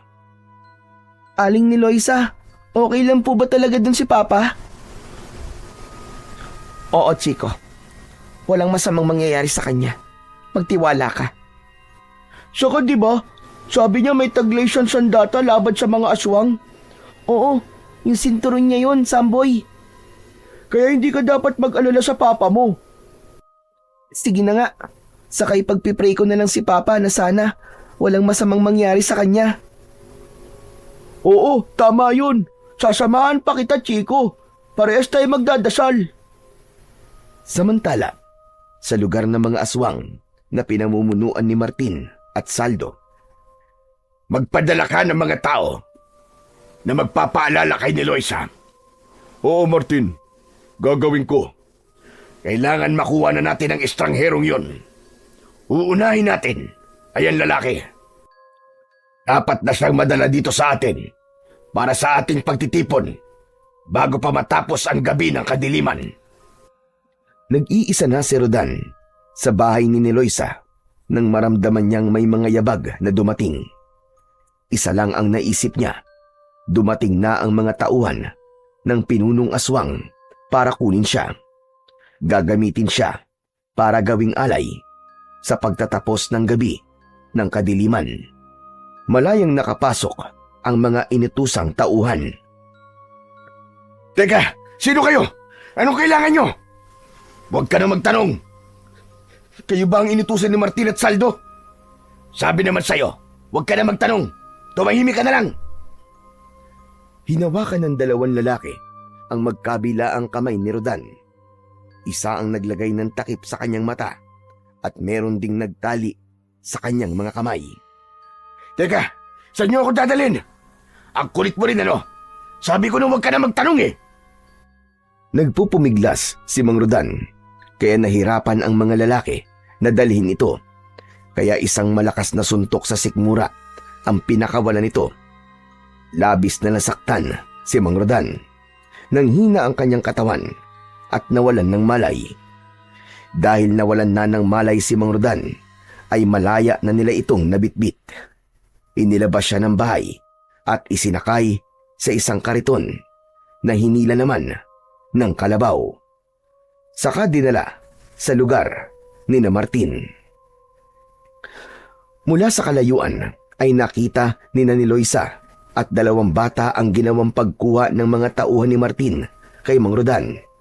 Kaya walang tigil sa pag-iyak ang batang si Chico. Akala ko po ba, Aling Niloisa, walang mangyayaring masama sa papa ko. Pero bakit ganun? Kinuha po siya ng mga masasamang lalaki na yon. Tinangay po nila si papa. Oo nga po, Inang. Baka mapano po si Mang Rodan. Chico, Samboy anak, alam ni Rodan na mangyayari yon. Dahil nasabi ko yon sa kanya. Hindi ko po kayo maintindihan eh. Paano po kung patayin po nila ang papa ko? Kaya nga ang gagawin natin ay ililigtas natin ang papa mo. Po, ipinahuli niyo po si papa para iligtas po natin. Bakit po ganun? Kailangan makapasok sa lugar na pagdarausan ng pagdiriwang at pag-aalay ang papa mo. Dahil naroon ang mga pinuno na dapat patayin. Ang papa mo ang siyang gagawa noon. Tapos, tayo po, Inang. Ano po gagawin natin? Tayo ang poprotekta kay Rodan. Kaya nga, pinagpahid ko kayo ng langis. Dahil hindi nila tayo maaamoy at malaya tayo makakapasok sa loob para tulungan ang papa ni Chico. Naiintindihan niyo na ba ako ngayon? Basta, kailangan po walang masamang mangyari sa papa ko. Titiyakin natin yon, Chico. Kaya nga makinig kayong maigi sa mga sasabihin ko at kung anong dapat nating gawin. Walang dapat na magkamali at walang dapat sumablay. Nang madala na si Rodan sa lugar na bulwagan para pagdadausan ng magiging seremonya sa pagtatapos ng gabi ng kadiliman, ay inihiga na nila si Rodan sa isang malapad na mesa sa gitna ng bulwagan. Nag-utos na si Martin upang lumabas na ng kani-kanilang lungga ang mga aswang. Sumunod naman ang mga inutusan. Isa-isang kinatok ang mga bahay upang lumabas na ang mga ito. Kasunod nun ay ang pagtunog ng tambuli. Hudyat na sa konting sandali ay gagawin na nila ang kanilang seremonyas. Nakapasok na rin ang grupo ni Niloisa sa loob ng bulwagan. Dahil sa langis na ipinahid sa katawan ay hindi sila naaamoy ng mga aswang. Kaya nagkunwari silang kalahi din ng mga ito. Kumilos sila gaya ng mga aswang na naroon. Galingan niyo ang ginagawa niyong pagkukunwari para hindi sila magduda. Opo, Inang. Ang hirap pala magkunwaring aswang. Basta kaya mo yan, Chico. Kailangan nating galingan para sa papa mo. Oo, Samboy. Dapat nating mailigtas si papa. Napuno na ang bulwagan ng iba't ibang uri ng aswang.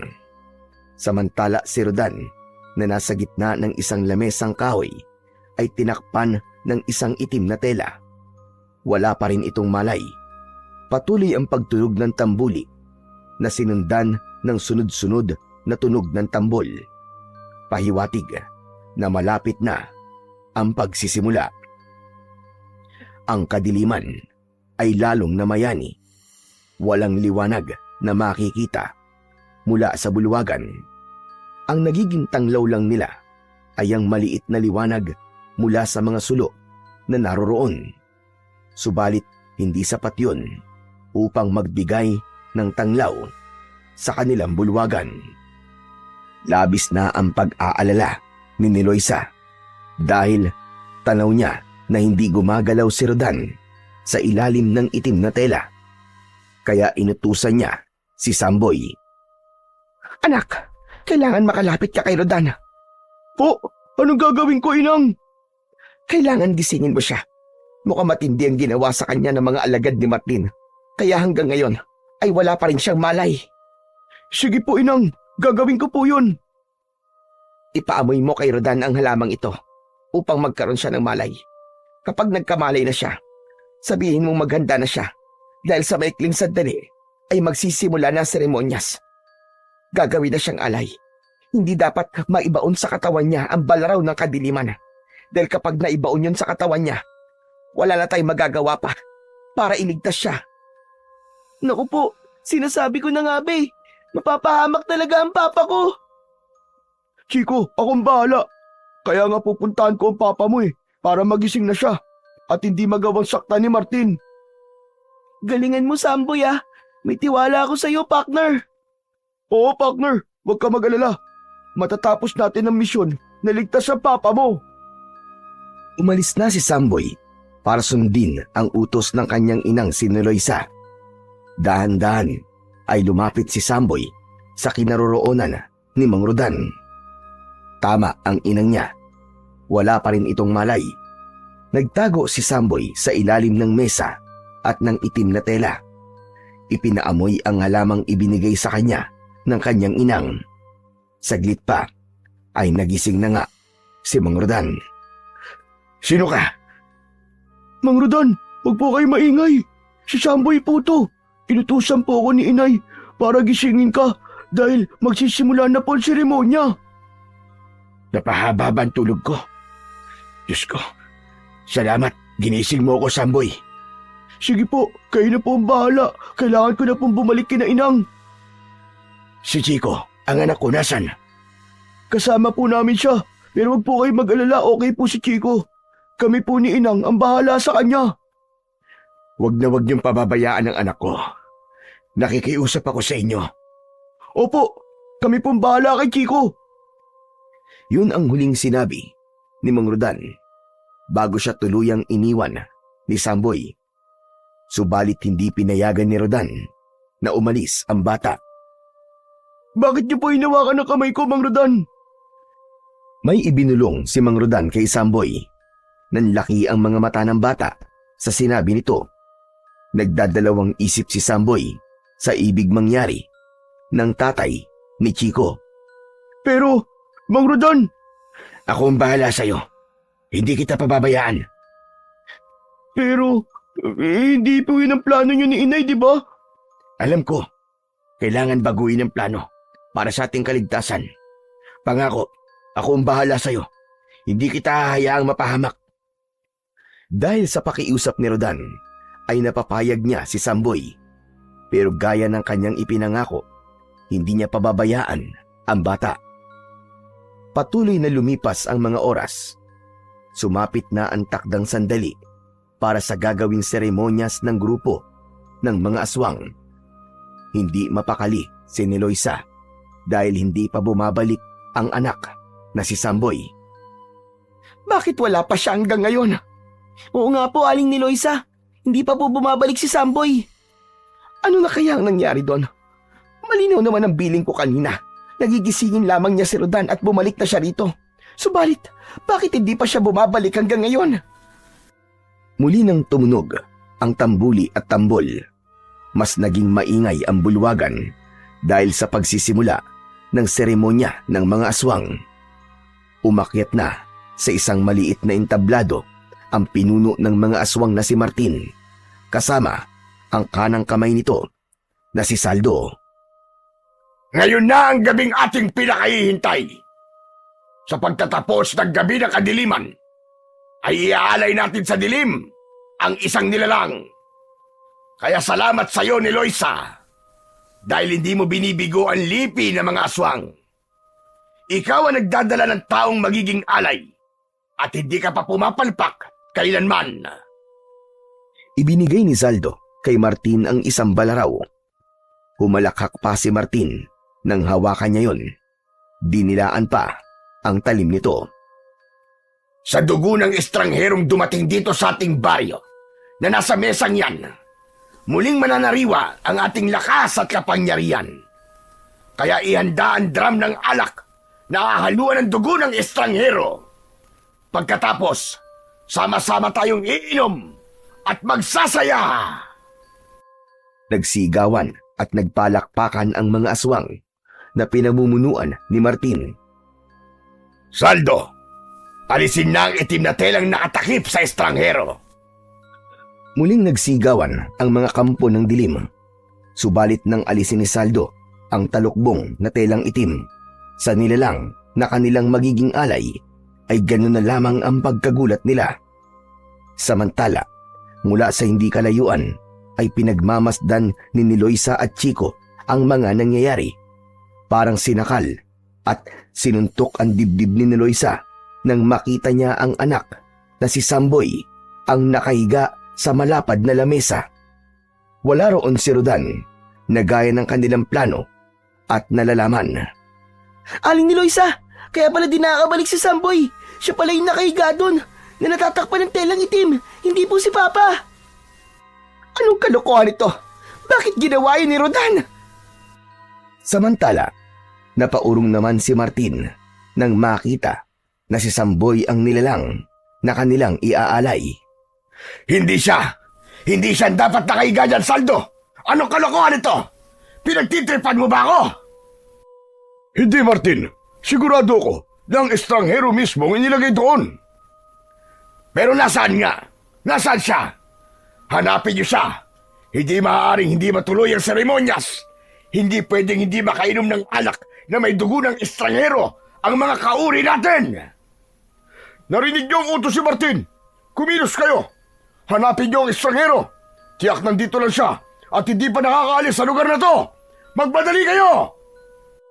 Nagmamadali namang pinuntahan ni Niloisa si Samboy. Niyakap ang anak. Halika anak, lumayo tayo rito. Bilis! Agad na sumama si Samboy sa kanyang ina. Gaya ng nasabi dati pa ni Niloisa, ay hindi sila pinakikialaman ng mga aswang. Hindi sila kailanman maaaring maging biktima ng mga ito. Kaya hindi maaaring patayin si Samboy upang gawing alay. Samantala, patuloy sa paghahanap ang mga tauhang inutusan ni Saldo. Pumasok sa kanyang kubol si Martin dahil sa naudlot na seremonyas. Saka na lang siya lalabas kapag natagpuan na nila ang estrangherong magiging alay. Nakakubli naman ng mga sandaling yon si Mang Rodan upang hindi makita ng mga aswang na humahanap sa kanya. Hindi rin siya maaamoy ng mga ito dahil nakapagpahid na siya ng langis na ginawa ni Aling Niloisa. Nagtabi siya ng langis na inilagay niya sa isang maliit na boteng sisidlan. Naisip niya yun dahil alam niyang kakailanganin niya. Kaya hindi nga siya nagkamali. Nagamit niya ang itinabi niyang langis. Habang nakakubli siya, ay dinaan-daanan lamang siya ng mga aswang. Matindi ang kadiliman, kaya hindi siya basta-basta nakikita. Tinanggal niya ang suot na sinturon at ibinaba niya sa lupa. Gaya ng dapat na mangyari, tumigas na tila bakal ang sinturon na gawa sa balat ng hayop. Ngayon ay magagamit niya na ito upang harapin ang nagkalat na mga aswang. Dahil paruot parito ang mga aswang sa paghahanap kay Rodan, kaya nang makasalubong niya ay agad niyang sinugod gamit ang kanyang sandatang sinturon. Putol lang kamay at braso ng aswang na tamaan. Tagpas din ang ulo kapag tinatamaan sa leeg.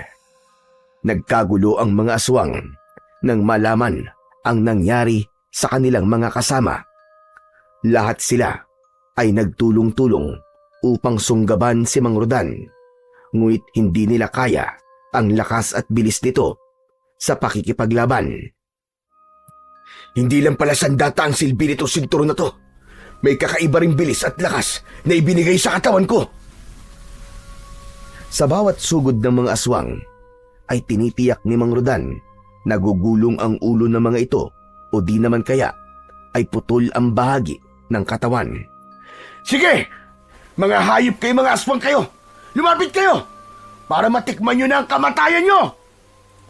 Samantala, ang kaguluhang yun ay nakita na ni Loisa pati na ng dalawang bata. Aling ni Loisa, si Papa ko po yun. Jack, siya po ang kalaban ng mga aswang. Tama ka, Chico. Si Mang Rodan nga. Tinupad niya ang kanyang ipinangako na hindi niya tayo pababayaan.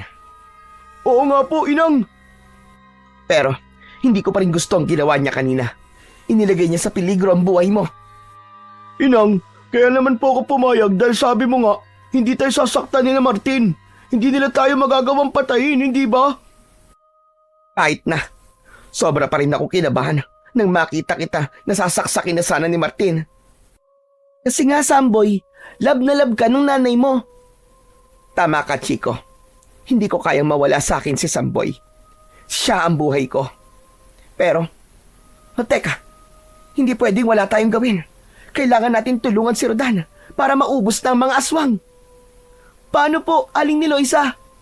Kumuha kayo ng kahit na anong matigas na bagay. Gagamitin natin yon para labanan ng mga aswang. Pwede na kaya ang kahoy na to, Inang? May nakuha na rin po akong kahoy, Aling ni Loisa. Huwag tayo maghiwa-hiwalay. Kapag may nakita tayong aswang, pagtulong-tulungan natin. Hatawin natin ang kahoy. Ganun nga ang ginawa ng tatlo. Sa bawat aswang na kanilang makikita ay pinagtulungan nilang hambalusin. Ito ang dapat sa'yo! Ito pa! Ako naman! Ito ang dapat sa'yo! Salbahe kang aswang ka! Dapat sa mga halimaw na kagaya mo ay mamatay. Heto! Sa ganung paraan, kahit paano ay nakakatulong ang tatlo para mabawasan ang mga aswang. Samantala, patuloy sa pakikipaglaban si Rodan at marami-rami na rin ang kanyang napapatay. Nakarating yun kay Martin. Galit na galit sa kanyang nalaman. Hindi! Hindi maaari! Hindi maaari ito! Hindi pwedeng malipol ang lahi namin! Pero, kanina pa niya inuubos ang estrangherong yon. Umanda ka! Umanda ka, Saldo! Hindi natin maaaring ipagwalang bahala ang pangyayari ito! Anong gagawin natin, Martin? Tayo ang haharap sa estrangherong yon. Siya ang dapat mamatay, hindi ang mga kauri natin! Lumabas na ng kanyang kubol si Martin at nakita niya na marami sa kanyang mga kauri ang nakahandusay at wala ng buhay. Napakalakas ng loob mong guluhin ang aming seremonyas! Hayop ka! Magbabayad ka sa ginawa mong ito! O ano? Nagulat ko ba kayo? Dahil ang estrangherong gagawin yung alay sana ay siya palang lilipol sa inyo. Huwag kang hambog. Akala mo ba tapos ka na? Hindi. Nagkakamali ka. Sige, lumapit ka para makita mo kung anong hinahanap mong demonyo ka. Pagkatapos nun, inihanda ni Rodan ang sandatang hawak niya. Isang maling kilos lang ni Martin ay tiyak na may paglalagyan ito, kaya matatapos na ang katakawan ng pinuno ng mga aswang. Subalit bago pa sumugod si Martin, ay nakita niya ang biglang pagbabagong anyo ng kanang kamay ni Martin na si Saldo. Naging nakakatakot na halimaw ito, isang aswang at handang lapain si Rodan. Sige, Saldo! Bigyan mo ng leksyon ng pangahas na estrangherong yan! Patayin mo siya! Lapain mo hanggang sa gusto mo! Akala mo yata matatakot mo ko? Kahit ano pang itsura mo, hindi tatayo ang balahibo ko sa'yo. Tikman mo ang kapangyarihan ng sinturon ko! Pinaikot-ikot ni Mang Rodan sa ere ang hawak na sinturon. Saka ito inihataw sa aswang na si Mang Saldo. Tinamaan ang katawan ng aswang. Umigik ito at napasigaw dahil sa sakit. Kaya naman, sinamantala yon ni Rodan. Agad niyang sinundan ang ginawa niyang paghataw sa aswang. Paulit-ulit yon hanggang natadtad ng taga at sugat ang aswang na umatake. Kaya nanghina ito at tuluyan nang bumagsak sa lupa. Kitang-kita ng pinuno ng mga aswang na si Martin ang nangyari sa kasama niyang si Saldo.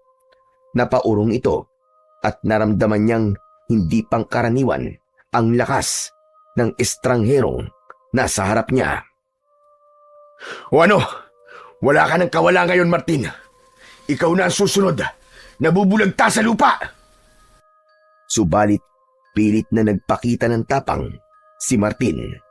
Hindi pa rin ito sumuko sa harap ni Rodan. Ungas!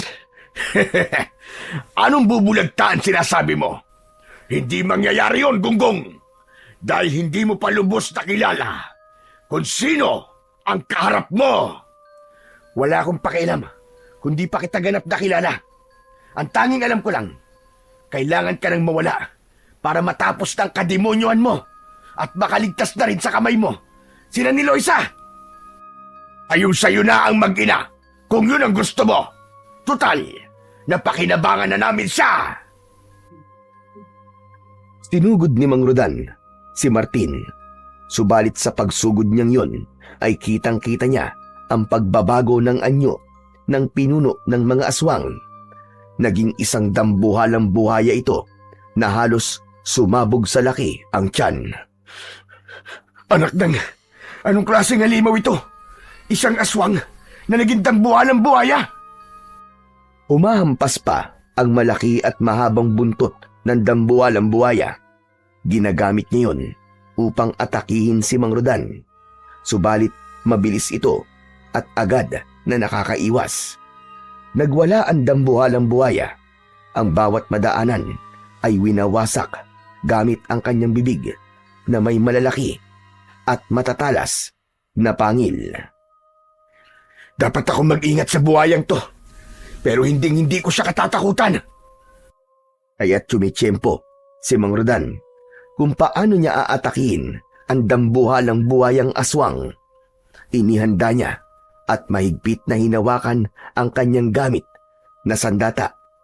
Pinagmamasdan niyang mabuti ang bawat kilos nito kung paano niya ito susugurin at papatayin.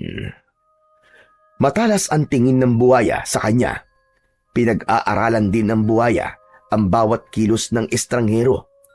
Samantala, kanina pa nakamasid sa kanila sina ni Loisa at ang dalawang bata. Pigil ang hininga ng mga ito dahil natatakot din sila sa posibleng mangyari kay Mang Rodan. Nag-iisip si Loisa kung paano niya matutulungan ang lalaki. Kaya kinausap niya ang dalawang bata. Makinig kayong mabuti. Kailangan natin tulungan si Rodan para madaig niya ang dambuhalang buhaya. Po, paano po, Inang? Ano pong gagawin natin, Aling ni Loisa? Lilikha tayo ng ingay para sirain ang atensyon ng buhaya. Hahagisan natin siya ng kahit na ano para mabulabog siya. Sa ganung paraan ay makakakilos si Rodan. Makakagawa siya ng paraan upang dumiskarte at makakuha ng tiyempo. Ganun na nga ang ginawa ng mga ito. Nag-ingay at naghagis ng iba't ibang matitigas na bagay papunta sa dambuhalang buhaya. Dahil sa ginawa ni Loisa ay nataranta ang dambuhalang buhaya. Nabaling ang atensyon niya sa ingay na ginagawa ni Loisa. Kaya naman, sinamantala ni Mang Rodan ang sandaling yon upang atakihin ang dambuhalang buhayang si Martin. Pinuntirya nito ang malalaking mata ng buhaya.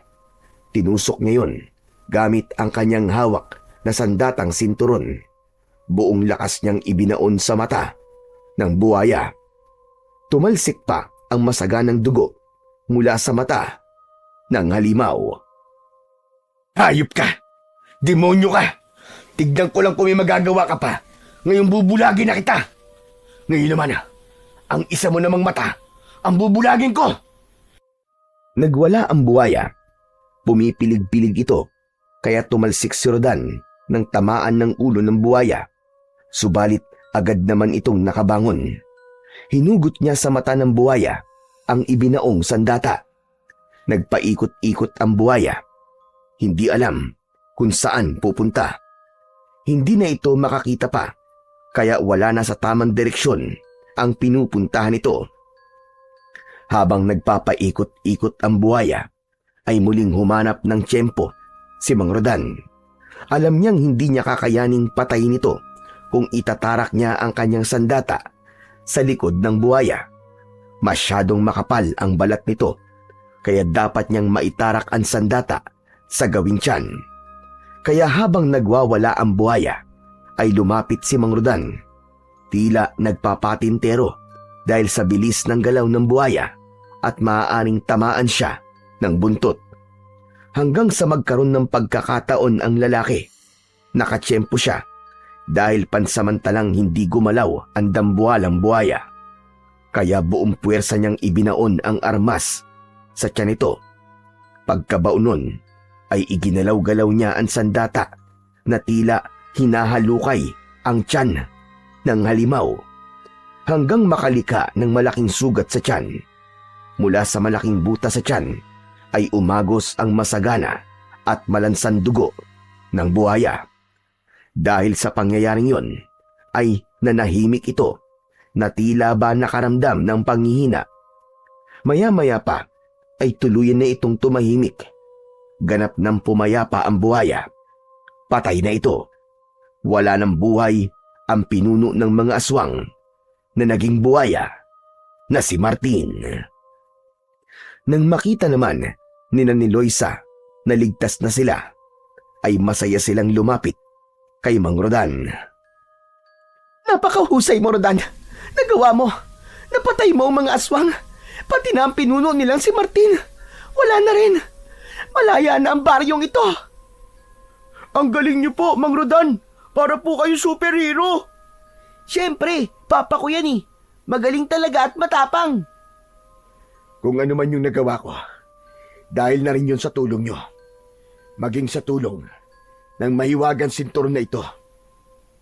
Ang galing naman ng sinturon mo, Mang Rodan. Pwede siyang gawing parang espada.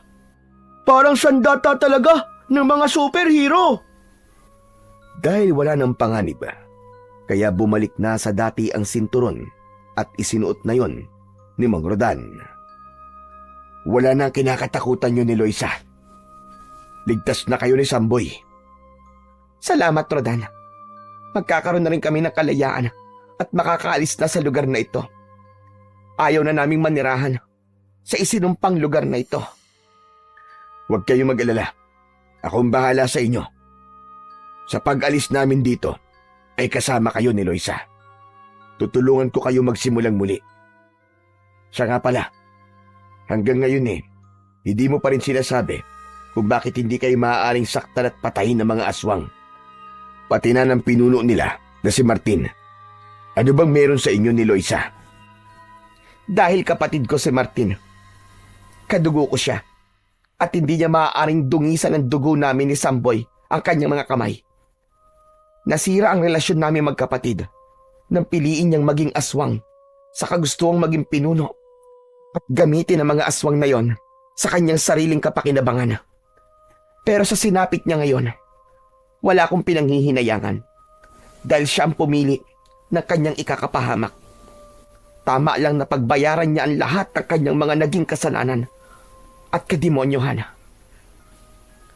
Sa buhay natin, tayo ang pumipili ng buhay at magiging kapalaran. Subalit huwag nating hayaan na kainin tayo ng pagiging gahaman at kasakiman. Piliin pa rin natin ang tama at lumayo sa kasamaan na magdadala sa atin sa kapahamakan. Pa, malayo pa po ba yung pupuntahan natin?